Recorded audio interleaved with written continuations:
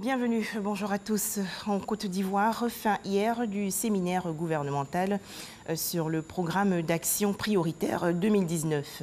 Réunion présidée par le chef de l'État.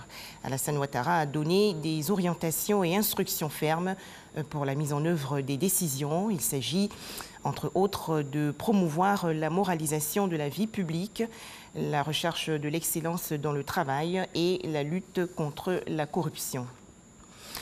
Le commerce extérieur ivoirien se porte bien. En effet, les échanges commerciaux avec le reste du monde ont connu une hausse de 12% en 2017. Selon le ministère du Commerce, de l'Industrie et de la Promotion des petites et moyennes entreprises, cette performance est due en partie aux réformes entreprises depuis quelques années. Toujours en Côte d'Ivoire, 32 diplômés d'expertise comptable de la période 2017-2018 ont été présentés récemment. C'était à l'occasion de la première matinale 2019 de l'Ordre des experts comptables ivoiriens. Cérémonie parrainée par le ministre de l'Économie et des Finances, Adama Koné. C'est un reportage de Cheikh Koné. Ils sont 32 impétrants. Ils ont obtenu avec brio leur diplôme d'expertise comptable des années 2017 et 2018 sous le régime pédagogique français et UEMOA. Ils viennent ainsi élargir le cercle restreint des experts comptables de Côte d'Ivoire, une profession qui enregistre de plus en plus de diplômés. En une année, nous avons enregistré 22 confrères. Alors quand vous notez qu'en 27 ans, on avait 156 personnes inscrites au tableau et qu'en une année, on en a 22, et que lors des derniers examens, on en a 19 qui se sont présentés, ça traduit tout l'engouement que présente à ce jour la profession. Parrain de la cérémonie, Adama Koné, ministre de l'Économie et des Finances, a salué la détermination de chacun des nouveaux diplômés. Je voudrais féliciter tous les nouveaux diplômés du régime français et de l'UEMOA célébrer ce jour. Les experts comptables sont un peu les médecins des entreprises.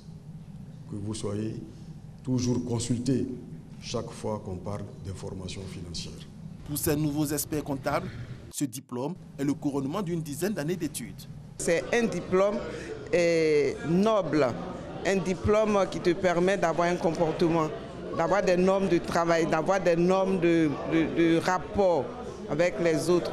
Aujourd'hui, je suis expert en fiscalité, expert en comptabilité. C'est deux sciences qui se sont toujours posées et je pense que je serai là pour concilier ces deux éléments. Au cours de cette matinale, un panel inaugural a été organisé sur les dispositions fiscales contenues dans l'année fiscale 2019. Les acteurs du secteur privé ainsi que les experts comptables ont porté un regard croisé sur les bons et mauvais points de cette année à la loi des finances.